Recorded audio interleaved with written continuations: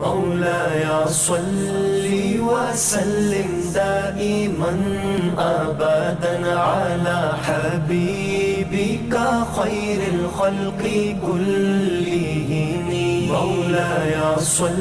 ابھی ہیں وہ فرماتے ہیں کہ ان بزرگوں کا طریقہ یہ تھا کہ وہ لوگوں سے چھپ کے نا پہاڑ کے پیچھے عبادت کرتے تھے، اور پوزیشن ان کی یہ تھی کہ کسی سے ملتے نہیں تھے، بالخصوص فجر کی نماز سے لے کر عصر کی نماز تک بکریاں رکھی ہوئی تھیں، ان کو چراتے رہتے تھے فرات کے کنارے اور نفل پڑھتے رہتے تھے. اس وقت کو ملنے بھی نہیں آتا تھا. ایک شخص بڑی دور سے ان کی شہرت سن کے آیا، میں نے تو ملنا ہے. لوگوں نے کہا وہ اس وقت نہیں ملتے، ناراض ہوتے ہیں. اس نے کہا اللہ کا بندہ ہے نا، ناراض ہو بھی جائے گا تو لمبا ناراض رہے گا نہیں، اللہ والے جلدی راضی ہو جاتے ہیں. پہنچ گئے. اب وہ بابا جی نماز پڑھ رہے تھے تو کہتے میں نے عجیب منظر دیکھا کہ بابا جی فرات کے کنارے نماز پڑھ رہے ہیں اور ایک بھیڑیا ان کی بکریوں کی حفاظت کر رہا ہے. سبحان اللہ. کہتے میں حیران رہ گیا کہ بھیڑیا تو بکریاں کھایا کرتا ہے اور یہاں چرا رہا ہے. کہتے میں جب گیا تو بابا جی نوافل میں مشغول تھے، مجھے دیکھ کے کہنے لگے اس وقت کیوں آئے؟ میں نے کہا حضور اگر آئے گیا ہوں تو پھر مہربانی کرے قبول فرما لیں. میں بیٹھ گیا تو میں نے کہا حضور یہ بھیڑیا بکریاں چرا رہا ہے، بھیڑیا اور بکریے کی صلح کب سے ہو گئی؟ تو فرماتے ہیں لمبی تقریر نہیں، ہلکا سا جملہ. فرمانے لگے جب سے بکریوں کے مالک نے رب سے صلح کر لی ہے نا، تب سے بھیڑیوں نے بھی بکریوں سے صلح کر لی ہے. بکریوں کے مالک نے رب سے صلح کر لی، گناہ چھوڑ دیے، اس کی فرما برداری میں آ گئے. اب پھر اسے بکریاں چلانے کی ضرورت نہیں رہی. بکریاں نہ اب بھیڑیا چراتا ہے. کہتے ہیں میرے اوپر کپ کپی طاری ہو گئی بزرگوں کی بات سن کے، اور مجھے پیاس لگی اور خواہش آئی کہ پتہ نہیں اب بابا جی کچھ کھلائیں پلائیں گے بھی کہ نہیں، بابا جی کچھ کھلائیں گے بھی کہ نہیں. کہتے میرے دل میں خیال تھا تو بزرگوں نے نا ایک لکڑی کا پیالہ، ان کے پاس وہ غار میں بیٹھے تھے تو ایک چھوٹا سا پتھر تھا، اس کی ڈھلان بنی ہوئی. بابا جی نے اس کے نیچے لکڑی کا پیالہ رکھا، وہ رکھا ہی تھا تو وہ دودھ سے بھر گیا. کہتے انہوں نے مجھے دیا تو ٹھنڈا اور میٹھا دودھ، میری طبیعت خوش ہو گئی. بابا جی نے دوبارہ وہی پیالہ اسی جگہ رکھا تو شہد سے بھر گیا. 1000 سال پہلے داتا صاحب لکھ رہے ہیں. کہتے مجھے دیا. میں نے فوراً کہا، میں نے کہا حضور یہ دودھ تو گائیں بھینس دیتی ہے، پہاڑوں سے تو نہیں نکلا کرتا، اور شہد تو شہد کی مکھیاں دیتی ہیں، پتھروں سے تو نہیں نکلتا، یہ آپ کہاں سے نکال رہے ہیں؟ تو کہتے ہیں وہ قرآن مجید پڑھنے لگے. وَإِذِ اسْتَسْقَىٰ مُوسَىٰ لِقَوْمِهِ، جب موسیٰ کی قوم نے ان سے پانی مانگا. فرمانے لگے موسیٰ کی نافرمان قوم پانی مانگے، حضرت موسیٰ پتھر پہ ڈنڈا مارے تو اللہ وہاں سے 12 چشمے جاری کر دے. جو رب حضرت موسیٰ کی نافرمان قوم کے لیے پتھر اور پہاڑوں سے چشمے نکال دیتا ہے نا، وہ محمد عربی کے غلاموں کے لیے پتھر اور پہاڑوں سے دودھ اور شہد بھی نکال دیا کرتا ہے. وہ بزرگ کہنے لگے بس بات یہ ہے کہ آج بھی ہو اگر ابراہیم کا ایمان پیدا تو آگ کر سکتی ہے انداز گلستاں پیدا. کہنے لگا حضور پھر میرے لیے بھی دعا کریں. آپ فرمانے لگے پھر دعا نہ کرا تو مدینے والے کی غلامی شروع کر، تو نبی کریم کی غلامی شروع کر، تو رسول پاک کی غلامی شروع کر. ایک بات علم، پھر فرمایا اللہ رسول سے محبت، پھر فرمایا حضور کی غلامی. اس سے سارے مکاشفات کھلیں گے، اس سے سارے مشاہدات کھلیں گے، اسی سے کرامتیں ملیں گی، اسی سے مقبولیت ہوگی، اسی سے اللہ نبی کی بارگاہ میں درجہ ملے گا. پھر داتا صاحب آگے بڑھتے ہیں اور داتا صاحب فرماتے ہیں صوفیاء کی ایک جماعت ہے جو کہتی ہے ہم نے تو کبھی اپنی زبان پر دکھ بیان ہی نہیں کیے، ہر شے اپنے رب رسول کے حوالے کر دی، ہر شے اللہ رسول کے. اور داتا صاحب کہتے ہیں کچھ ایسے بھی ہیں جو دعا بھی نہیں مانگتے، لوگوں کے لیے مانگتے ہیں، اپنے لیے نہیں مانگتے. آپ دعا کیوں نہیں مانگتے؟ تو کہتے ہیں اللہ کو تو پتہ ہی ہے ہمیں کیا چاہیے، اسے تو پتہ ہی ہے. ایک بزرگ کی بات لکھی ہے داتا صاحب نے، میری جماعت میں نا مزاج ہے کرامتوں کا. مجھے وہ ساری باتیں بھی آتی ہیں کہ ایک بندہ کراچی سے آیا، داتا صاحب حاضری دی تو اس کی لاٹری نکل آئی، یہ بھی مجھے آتی ہے، لکھی پڑھی ہے میں نے، کتابوں میں ہے یہ بھی. ایک بندہ، یہ ساری باتیں نا آتی ہیں کرامتوں میں، بڑی ساری چیزیں لوگ بیان کرتے ہیں کہ میں وہاں آیا اور میں نے حاضری دی تو موج لگ گئی. یہ ساری باتیں آتی ہیں. ہمارے پرانے بزرگ اور بھی قصے سنایا کرتے تھے، ساری ہمیں چیزوں کا پتہ، پر جو عنوان ہے نا وہ حضرت شیخ ابو نور کہتے ہیں کہ ایک بندہ داتا صاحب کے مزار پہ گھوم رہا تھا، داتا 10 روپے دے 10 روپے دے 10 روپے دے، تو ایک بندہ بڑی دیر سے اسے دیکھ رہا تھا، وہ کہنے لگا داتا نے تجھے کیا دینا ہے، ادھر آ میں دوں۔ اس نے 10 دیے، بندہ بڑا حسین تھا، ہنس پڑا، کہنے لگا داتا تیرے بھی صدقے جاؤں، دلانے لگا تو منکر سے ہی دلوا دیے، جو نہیں مانتا اسی سے دلوا دیے۔ وہ بڑا پریشان ہوا، میں اور چکر میں تھا، اس نے میرے اوپر ہی جڑ دی ہے بات، کہنے لگا داتا تیرے صدقے جاؤں۔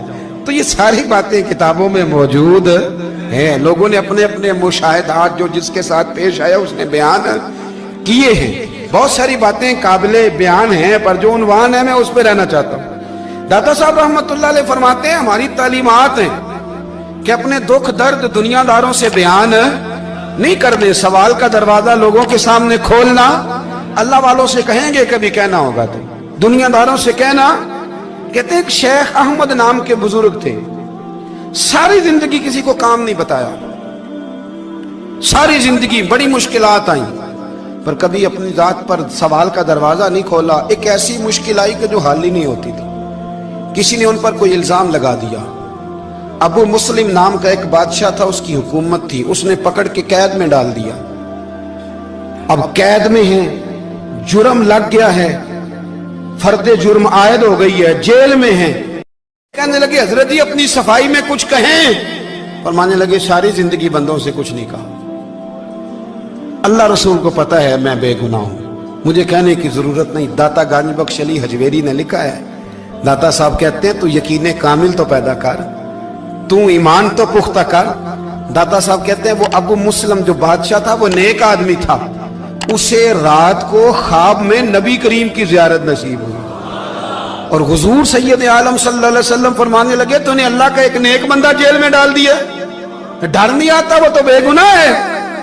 بادشاہ آدھی رات کو خود اٹھا، دادا صاحب فرماتے ہیں کسی گارڈ کو نہیں بھیجا، پولیس والے کو نہیں بھیجا، جیلر سے نہیں کہا، خود گیا، جا کے جیل کا دروازہ کھولا، دروازہ کھول کے اس درویش کو آزاد کیا، کہنے لگا بابا جاؤ مجھے پتہ چل گیا بے گناہ ہے۔ بابا جی سلام کر کے جانے لگے تو بادشاہ پھر آگے آیا، ہاتھ باندھے، ہاتھ چومے، کہنے لگا حضور آپ بڑے نیک ہیں، میرے لیے کوئی حکم ہو تو بتائیے گا، میرے لائق کو خدمت ہو تو بتائیے گا۔ تو شیخ احمد فرمانے لگے تجھے ابھی بھی سمجھ نہیں آئی، تجھے ابھی بھی نہیں سمجھ آئی؟ کہنے لگا حضور کیا؟ فرمانے لگے جو تہجد کے وقت تجھے اٹھا کے مجھے رہا کرنے بھیج سکتے ہیں وہ میری کوئی ضرورت باقی رہنے دیں گے؟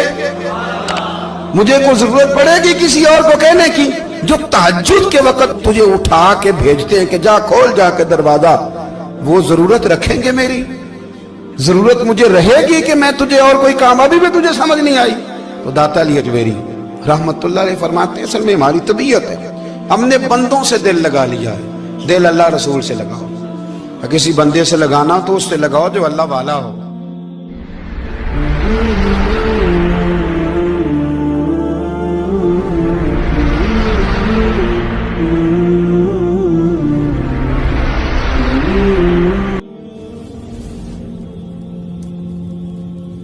یہ والا رنگ تیرے اندر کوئی نہیں۔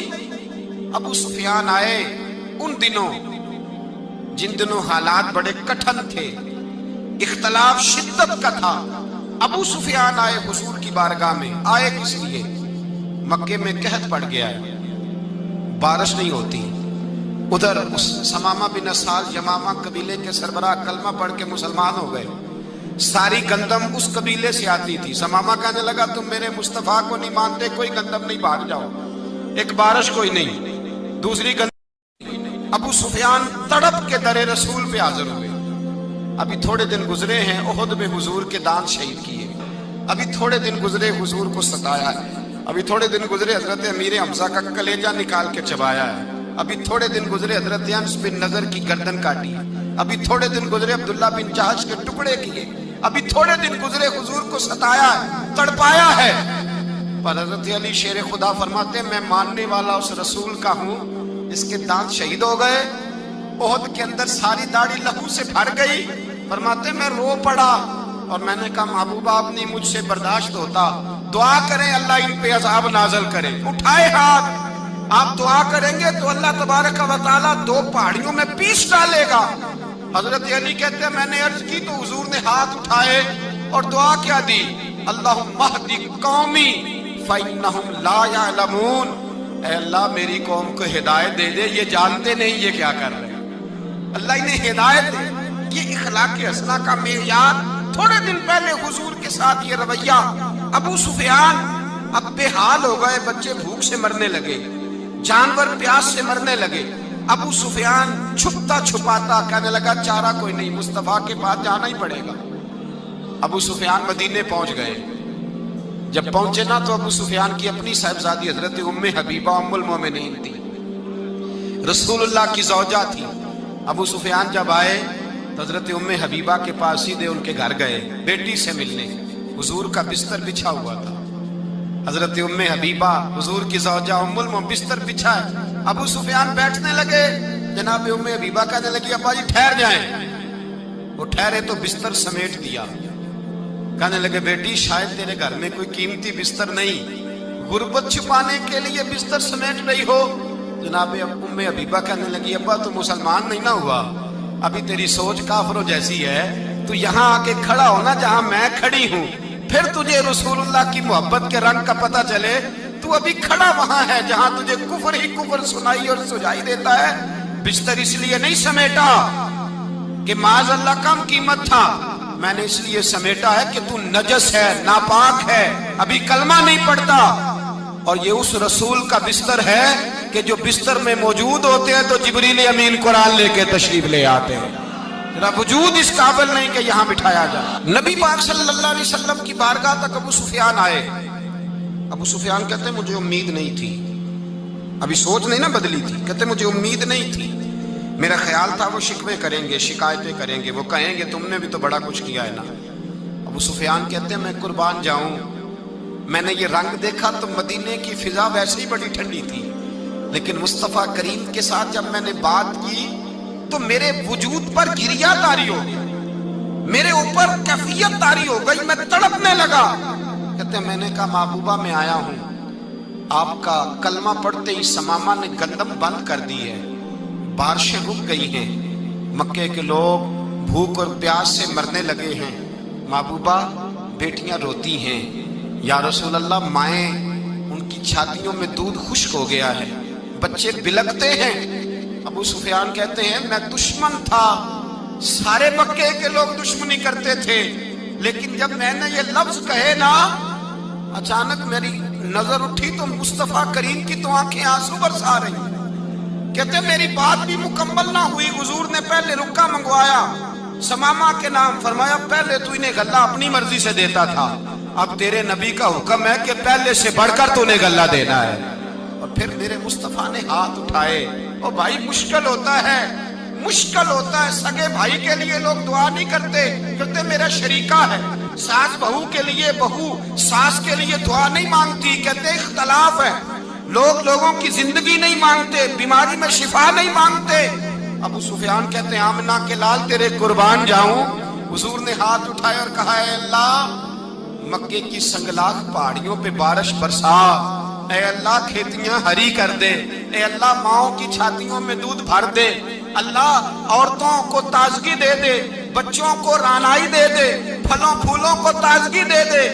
ابو سفیان کہتے پہلے حضور رو رہے تھے، اور جب نبی پاک کی دعا دیکھی تو میں نے رونا شروع کر دیا، میں نے رونا شروع کر دیا۔ کہتے واپس آیا تو وہ احساس کہ یار یہ میں کس شخص سے مل کے آیا ہوں، یہ کس قسم کے آدمی سے مل کے آیا ہوں، یہ کیسا رنگ ہے، یہ کس قسم کا انداز ہے کہ جس کو میں پتھر مارتا رہا وہ میرے لیے دعائیں لے کے بیٹھا ہوا ہے، جس کو ساری زندگی ستایا ہے وہ میرے بچے کے لیے روتا ہے، میری بیٹی کے لیے اس کی آنکھ میں آنسو ہیں، وہ ہمارے لیے تڑپ رہے ہیں۔ میرے بھائیوں، ابو سفیان کہتے ہیں پھر دوسرا جلوہ میں نے تب دیکھا جب حضور مکے آئے، اور میں تو آخر تک لڑنے آیا تھا نا، حدیبیہ تک۔ کہتے ہیں جب رسول پاک مکے آئے اور حضور نے اعلان معافی کیا تو بنتا تو یہ تھا کہ مجھے سزا ملتی، لیکن میرے مصطفیٰ کریم نے فرمایا جو ابو سفیان کے گھر میں چلا جائے گا میں اسے معاف کر دوں گا۔ کہتے ہیں میں نے کہا یہ میرے لیے کس قسم کی سزا تجویز کی ہے کہ میں عمر بھر دشمنی کرتا رہا اور یہاں رنگ عجیب ہے۔ حضور نے میرے لیے ہی اعزاز لکھ دیا، فرمایا جو ابو سفیان کی حویلی میں داخل ہو گیا میں نے معاف کیا۔ ابو سفیان کہتے ہیں پتہ نہیں کتنے پردے تھے جو اٹھ گئے، پتہ نہیں کتنی منزلیں تھی جو طے ہو گئی، پتہ نہیں کتنے جلوے تھے جن کا نظارہ ہو گیا، اور میں نے غور سے چہرہ دیکھا تو میری آنکھوں سے پٹی اتر گئی، اور مجھے عبداللہ کے یتیم بیٹے کے پیچھے محمد الرسول اللہ کے جلوے نظر آنے شروع ہو گئے۔ اخلاقی قدریں جب موجود رہتی، یہاں تو لوگ مرے ہوئے شخص کو مارتے ہیں، یہاں تو سڑک پر کتنی گراوٹ ہے اور کتنا گر گیا ہے، اخلاق ان لوگوں کا ایکسیڈنٹ ہو گیا ہے، ٹرین کی پٹری سے اتر گئی ہے، چیخ و پکار ہے، آہیں ہیں، تڑپنا ہے، رونا ہے، سسکیاں ہے، ماں کا بازو کٹا ہے پر وہ چیختی ہے ذرا میرے بیٹے کا پتہ کرو، باپ کی آنکھوں میں ریت پڑ گئی ہے پر وہ تڑپتا ہو میرا بیٹا تھا، چیخ و پکار ہو رہی ہے۔ پر ظلم ہے اس قوم کا کہ جو بچانے والے آئے ہیں وہ پہلے آتے ہی ان کی جیبیں ٹٹول رہے ہیں، ان کے بٹوے دیکھ رہے ہیں، گری ہوئی عورتوں کے، یہ آپ اٹھا کر دیکھیے اخبارات، عورتوں کے گری ہوئی عورتوں کے کانوں سے بالیاں نوچی گئی اور ان کے کان تک کٹ گئے۔ یہ اس قوم کا حال ہے۔ اقبال کہتے ہیں جنہیں آتا نہیں دنیا میں کوئی فن تم ہو، اور بیچ کھاتے ہیں جو بزرگوں کا کفن تم ہو۔ تم وہ لوگ ہو جو کفنوں پہ سودے کرتے ہو، جو قبروں پہ سودے کرتے ہو۔ لوگ تجارتیں کرتے ہیں، اخلاقی پستی کا یہ عالم کہ لوگ قبروں پہ سجدے کرتے ہیں، بیٹے بیچ کے دہیز خریدتے ہیں۔ غریب کی بیٹی روز تڑپتی ہے، روتی ہے، روز سسکیاں لیتی ہے کہ کہاں سے وہ دروازہ کھلے گا جب میں بھی جب سہاگن ہوں گی، جب میرا باپ بھی عزت کے ساتھ مجھے رخصت کرے گا۔ اور غریب آدمی بیٹی کی شادی کے بعد اتنا دکھی رہتا ہے، وہ بھی کم ہی لوگ جانتے ہیں، وہ بھی وہی لوگ جانتے ہیں جو اس منظر سے گزرتے ہیں۔ ہمارا اخلاقی معاملہ اس قدر زیادہ تباہی کا شکار ہے۔ میرے مصطفیٰ کریم سید عالم نور مجسم صلی اللہ علیہ وسلم جذبات کا خیال رکھتے، احساسات کا خیال رکھتے، تصورات کا۔ او بھائی اس سے بڑا اخلاق کا مظاہرہ کہاں سے لینے جاؤ گے؟ کہ آمنہ کے لال فرماتے ہیں میرا دل کرتا ہے نماز لمبی پڑھاؤں، نماز اللہ کی نماز، دل کرتا ہے لمبی نماز پڑھاؤں، میں لمبی لمبی صورتیں تلاوت کروں، میں کھل کے رب کریم کا قرآن پڑھوں، میں اللہ تبارک و تعالیٰ کے قرآن مجید کے ذائقوں میں کھو جاؤں۔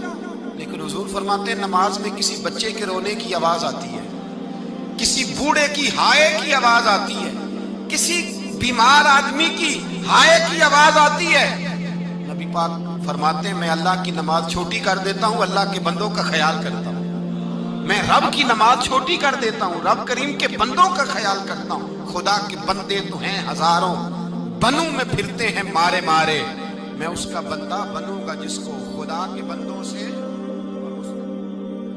میرے حبیب کریم سید عالم صلی اللہ علیہ وسلم نے فرمایا اللہ کریم نے بندے کو، مخلوق کو پیدا کرنے سے پہلے جو تحریر سب سے پہلے لکھی تھی نا، اللہ نے اپنے پاس جو جملے سب سے پہلے لکھے تھے بندے بنانے سے بھی پہلے، وہ فکر یہ تھے کہ ان رحمتی سبقت اعلی غضبی، رب کریم نے لکھا تھا بے شک میری رحمت زیادہ ہے، میرا غضب زیادہ نہیں ہے۔